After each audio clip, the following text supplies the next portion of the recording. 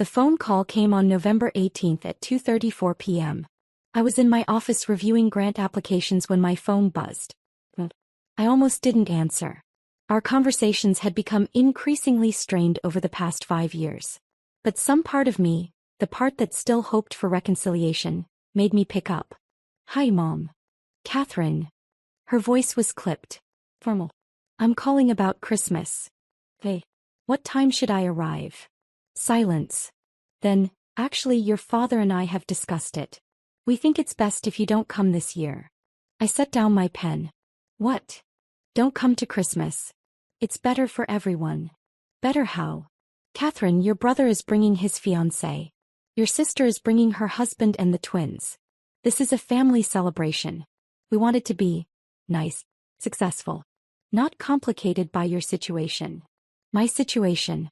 What situation is that, Mom?" "You know what I mean. You're 42. Unmarried. No children. Still working at that nonprofit thing. Your brother just made VP at his company. Sarah's husband is a surgeon. Their children are in private school. And you're..." "I'm what?"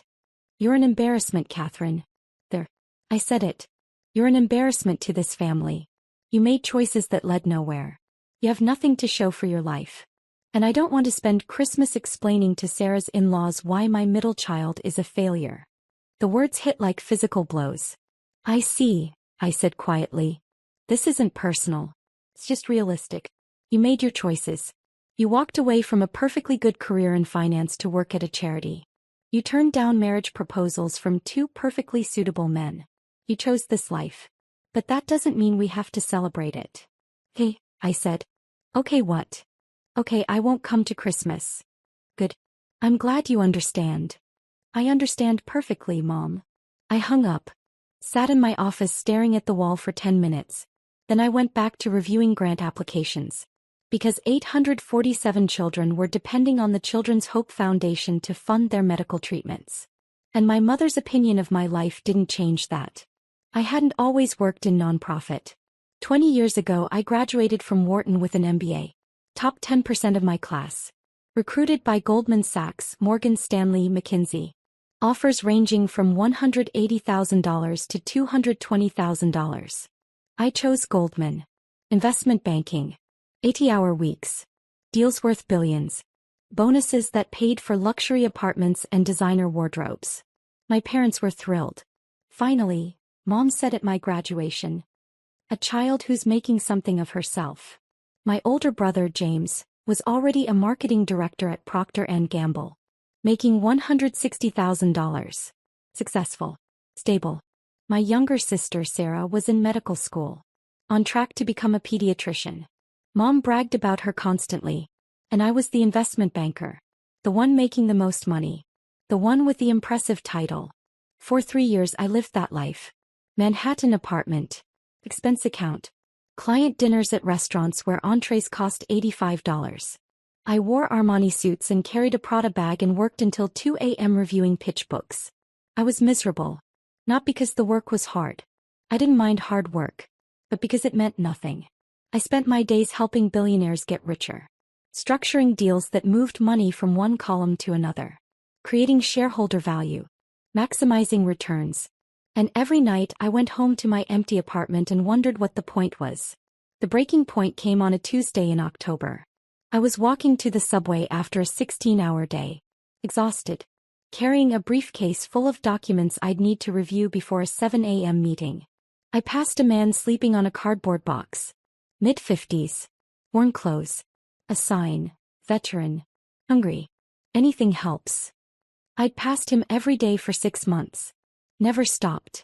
Too busy. Too tired. Too focused on getting home. That Tuesday I stopped. "Excuse me," I said. "Have you eaten today?" He looked up. Surprised that someone was talking to him. "No, ma'am." I bought him dinner. Pizza from a place on the corner. 2 slices and a soda. Cost me $8. He cried when I handed it to him. "God bless you," he said. "You're an angel." I wasn't an angel. I was an investment banker who'd just helped a pharmaceutical company structure a deal that would increase drug prices by 23%. But this man thought I'd done something meaningful. For $8. I went home that night and couldn't stop thinking about it. The math didn't make sense.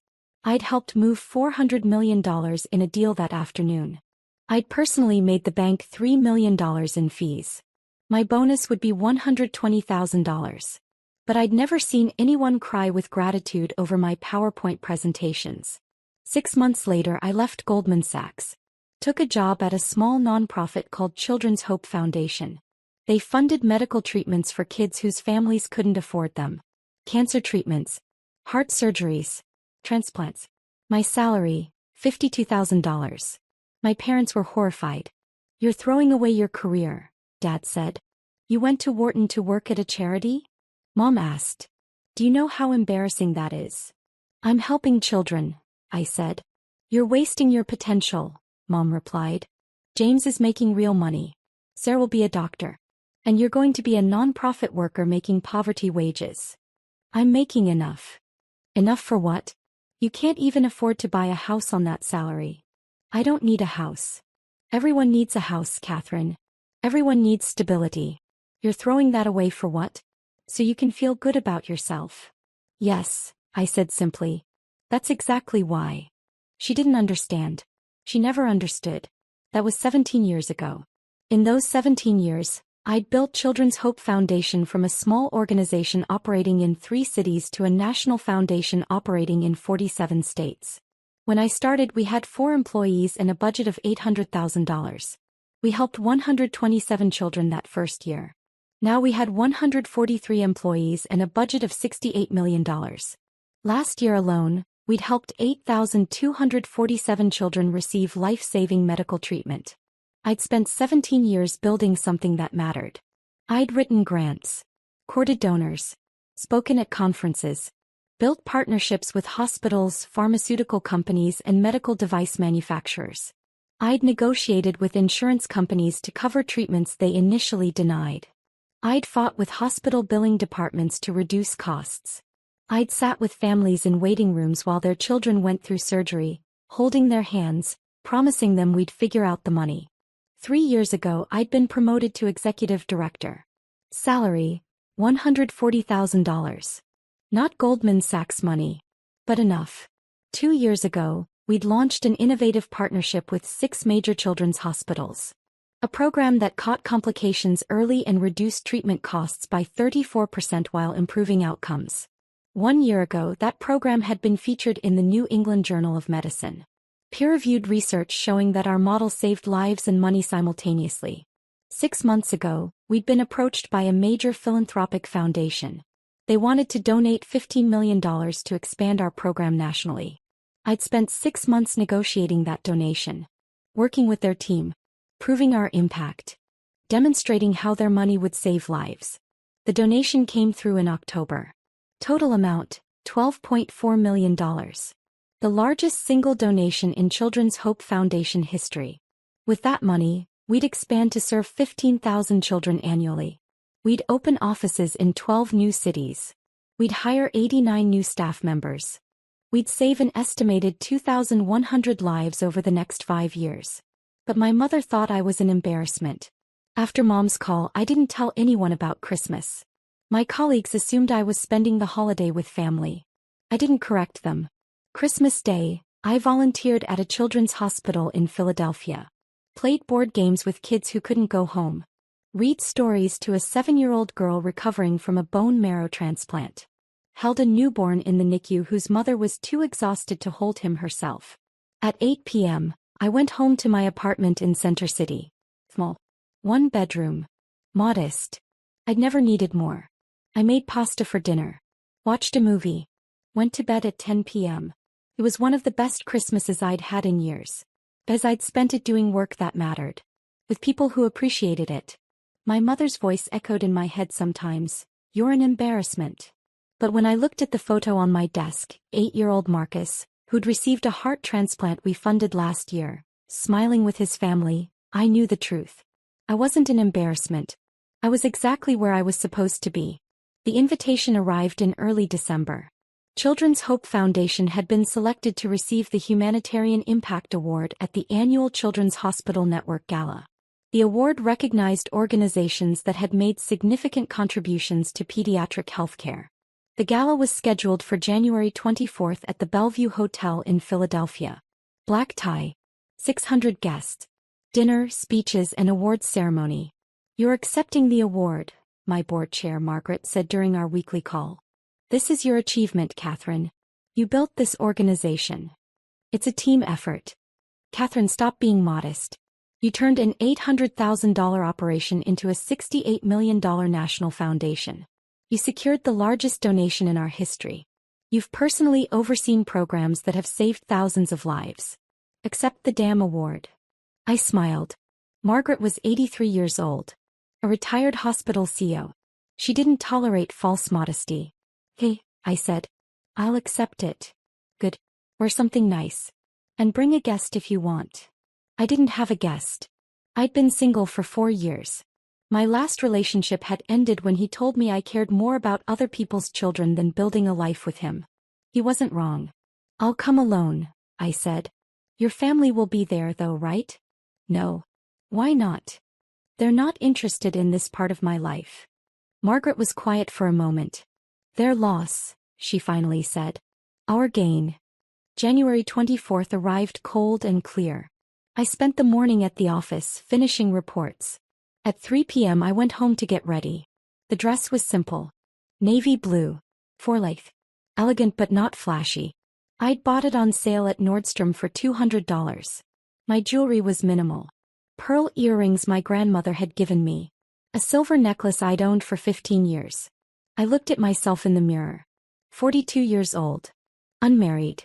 No children. Working at that nonprofit thing. My mother's words still stung.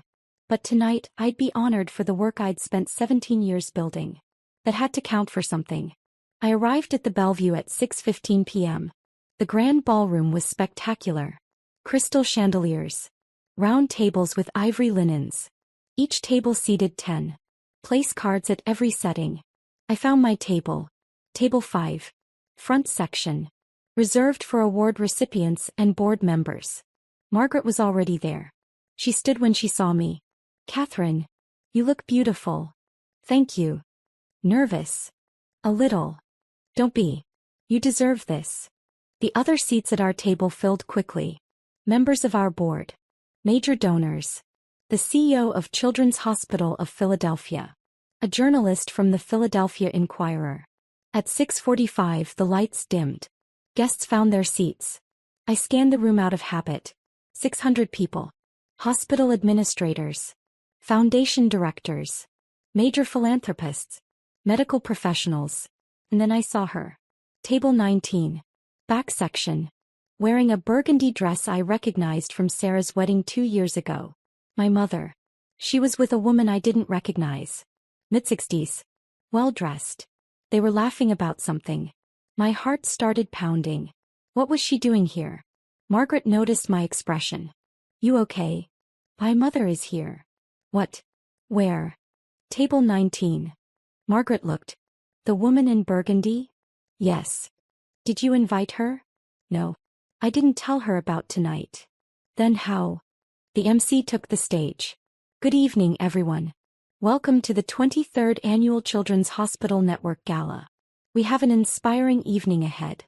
Dinner will be served shortly, followed by our awards ceremony." I couldn't focus on his words. My mother was here.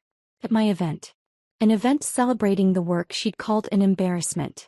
How had she even gotten an invitation? Dinner was served. I ate mechanically. Salmon. Asparagus. Roasted potatoes. Margaret kept glancing at me. "Catherine, are you going to be okay for your speech?" "I'm fine." "You're not fine. You're pale." "I'm fine," I repeated. At table 19 Mom was eating. Chatting with her friend. She hadn't seen me yet. The room was too large. The lighting too dim. At 8 p.m. the awards ceremony began. Our first award tonight is for innovation in pediatric care. A hospital in Boston won. The administrator gave a speech. Thanked her team. Sat down. Our next award is for medical research excellence. A research team from Johns Hopkins won. More speeches. More applause. My hands were shaking. And now, the MC said, "We come to our most significant honor of the evening. The Humanitarian Impact Award. This award recognizes an organization or individual who has made extraordinary contributions to improving the lives of children facing medical challenges." He paused. "This year's recipient has transformed pediatric healthcare in ways few people fully understand. 17 years ago, she left a lucrative career in investment banking to join a small nonprofit with a budget under $1 million and a staff of 4 people." I could see my mother now. She was paying attention, probably wondering who the recipient was. Under her leadership, that organization has grown into a national foundation operating in 47 states with a budget of $68 million. Last year alone, they provided funding for life-saving medical treatments for over 8,000 children whose families couldn't afford care. Mom's friend leaned over and whispered something.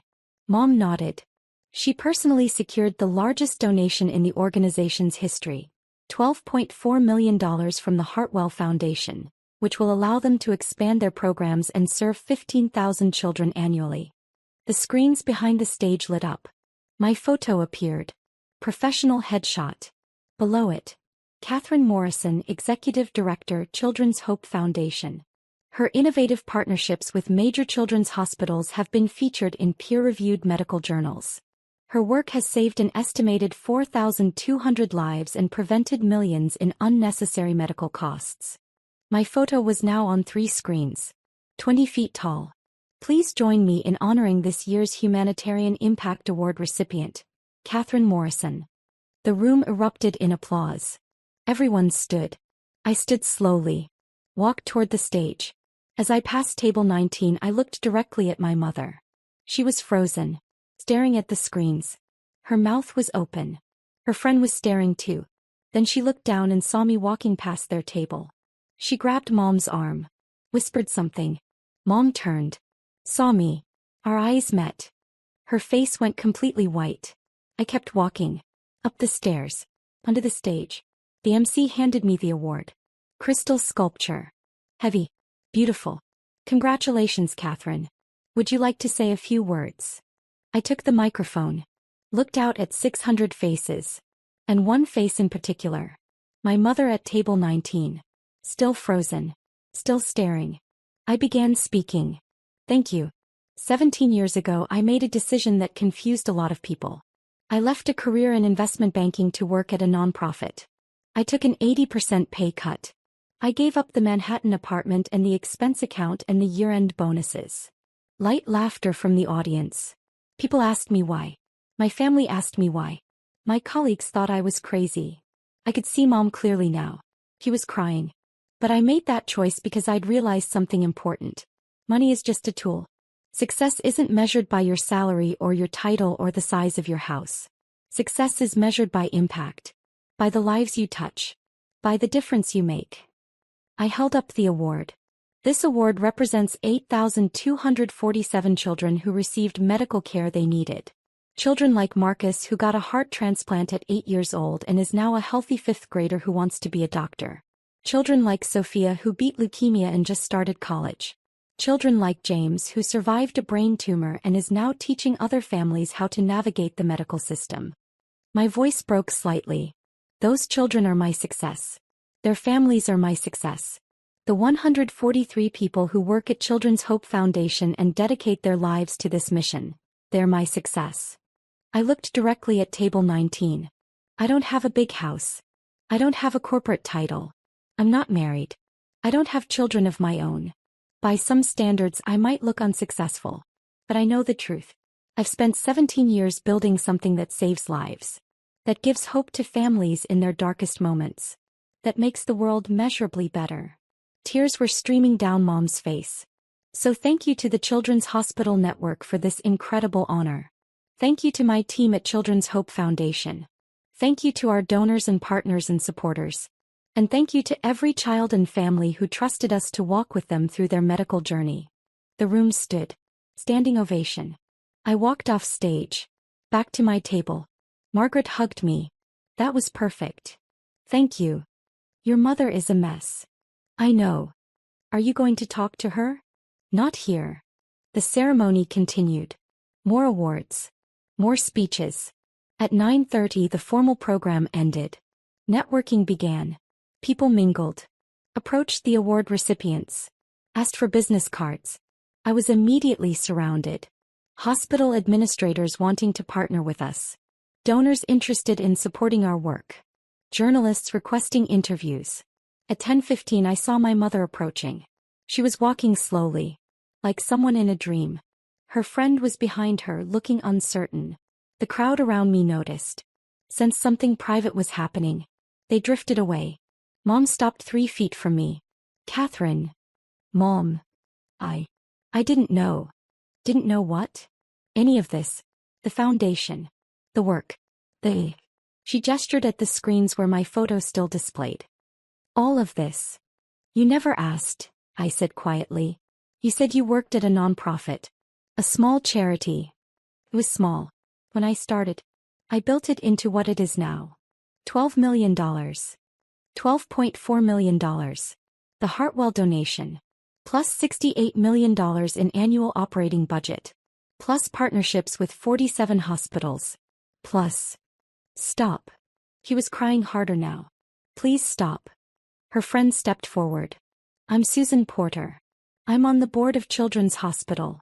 I invited your mother tonight. I had no idea you were related. I just knew she lived in the Philadelphia area and mentioned she had children. I thought she'd enjoy the gala." "Thank you for bringing her," I said. Susan looked between us. "I'll give you two some privacy." She walked away. Mom and I stood there. Finally she said, "I called you an embarrassment." "Yes." "I uninvited you from Christmas." "Yes." "I told you that you were a failure. That you had nothing to show for your life." "I remember." "Catherine, I'm so sorry. I'm so incredibly sorry." "Why?" I asked. "Why did you say those things? Why did you believe them?" "Because I'm a fool," she whispered.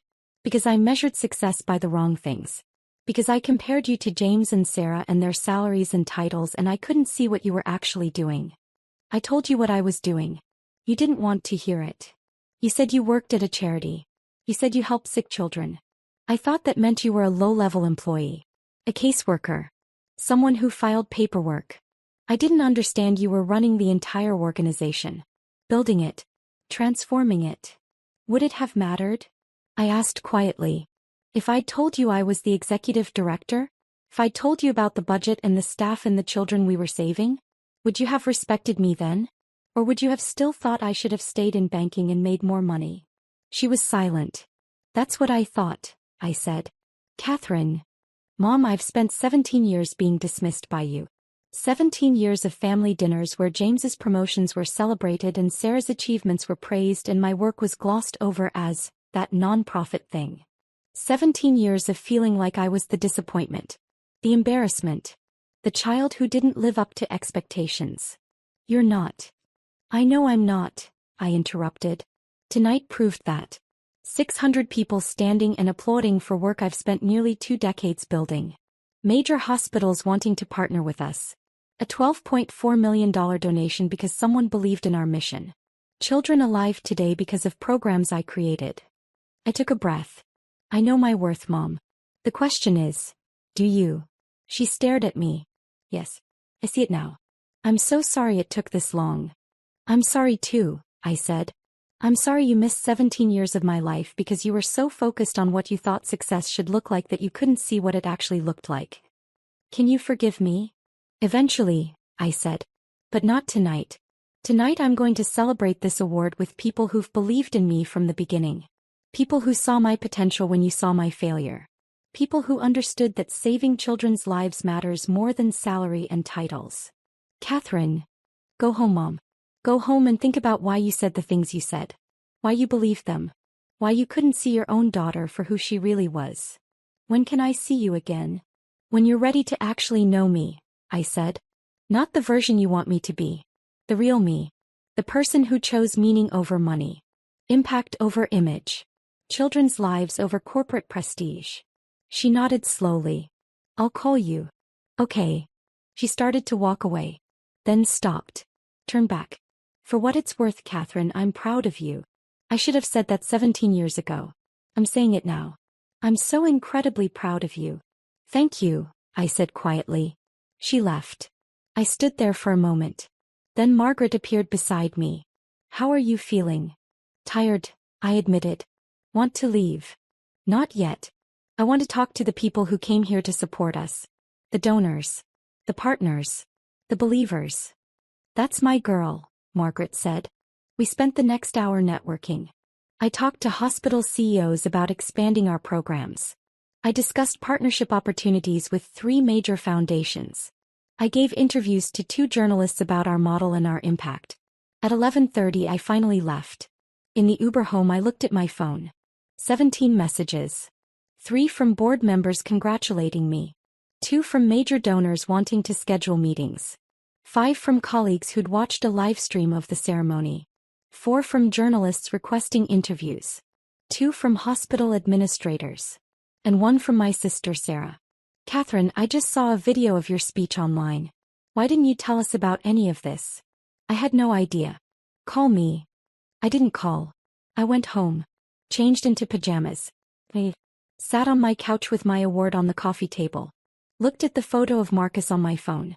The 8-year-old with a new heart. Smiling. Alive. That was success. Not my mother's approval. Not my family's understanding. Just that smile. That life. That moment of hope in someone's darkest time. I fell asleep on the couch with my tea cooling on the table and my award reflecting the streetlights from outside. Mom called 3 days later. Catherine. It's Mom. Can we talk? I'm listening.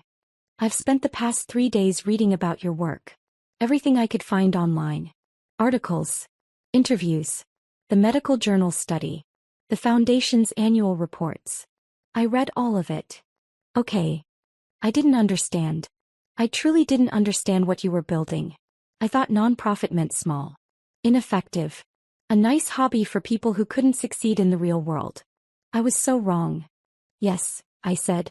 You were. Can I come see your office? Meet your team? Actually learn about the work you do. I was quiet for a long moment. Why? I asked. Why now? Because you saw me on a stage. Because 600 people applauded? If I'd won this award and nobody had been there to see it, would you care? I want to care about the right things, she said quietly. I want to understand what matters to you. What you've sacrificed for. What you believe in. This isn't about sacrifice, I said. I didn't sacrifice anything. I chose this life. Deliberately. Enthusiastically. I chose meaning over money. Impact over image. And I'd choose it again 1,000 times. I know that now. Do you really? Or are you just impressed because a fancy gala gave me an award? Silence. Then, both, she admitted. I'm impressed by the award. I'm ashamed I didn't see it before the award. And I'm trying to do better. That's honest, I said. So can I visit? Yes. But Mom, this is a working office. We're not a showpiece. We're busy people saving children's lives. If you come, you'll see the reality. The grant applications. The desperate families.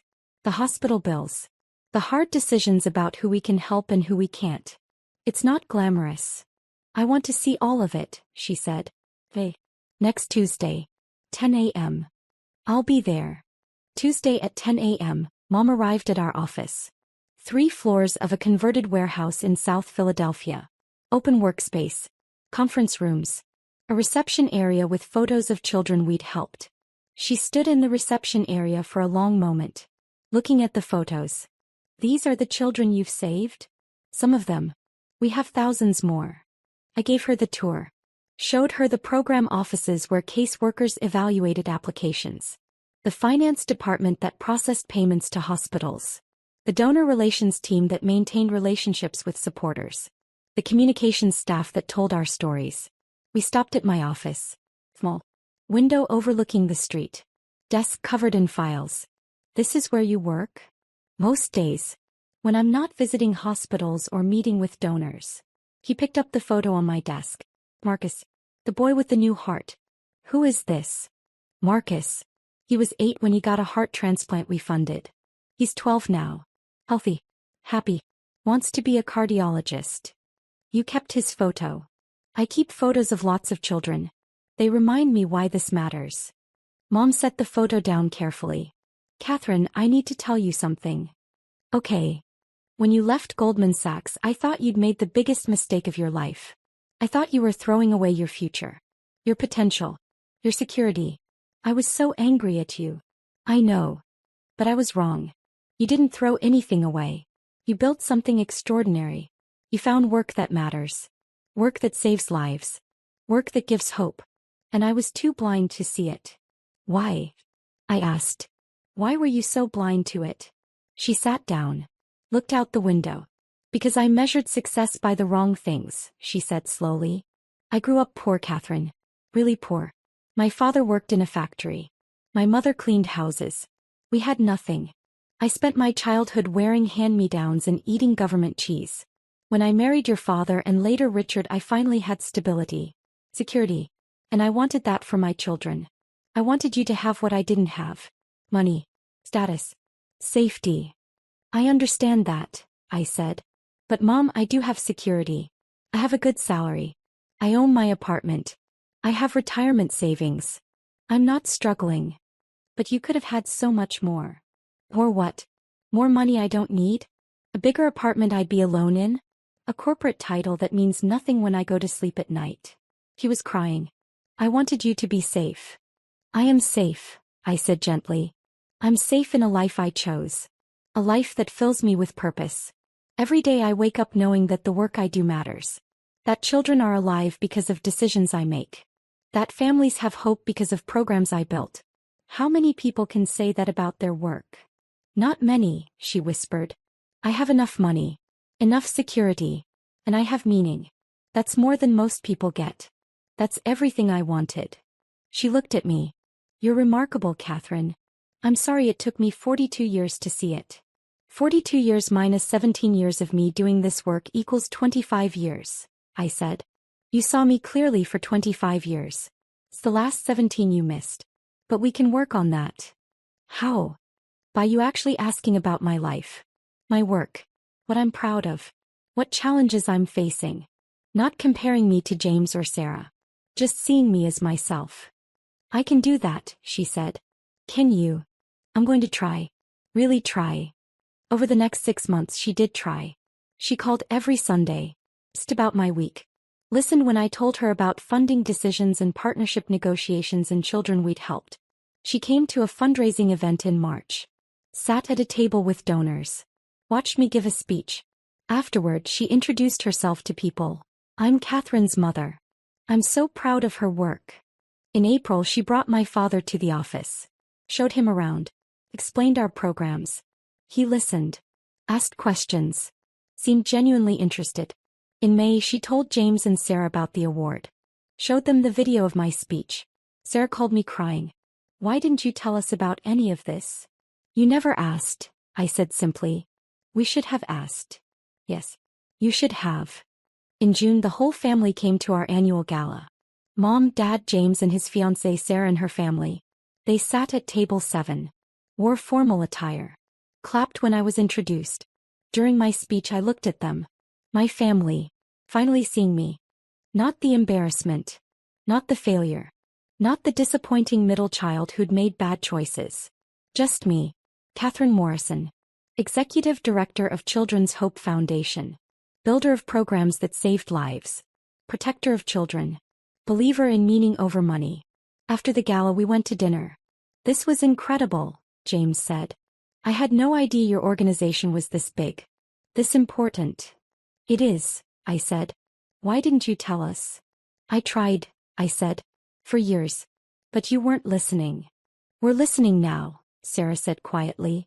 I appreciate that. Mom reached across the table. Took my hand. I'm so sorry for what I said. About Christmas. About you being an embarrassment. I'll regret those words for the rest of my life. I know, Mom. Can you forgive me? I thought about it. About the hurt. The years of feeling dismissed. The phone call uninviting me from Christmas. But I also thought about the past 6 months. About her trying. About her showing up. About her finally seeing me. Yes, I said. I forgive you. She cried. Right there in the restaurant. Dad squeezed her shoulder. We're all proud of you, Catherine. So proud. Thank you, I said. And I meant it. Not because I needed their approval. Not because their pride validated my choices. But because after 17 years, my family finally understood what I'd known all along. Success isn't measured by salary or status. It's measured by the lives you touch, the hope you give, the difference you make. And by that measure, I was the most successful person at the table.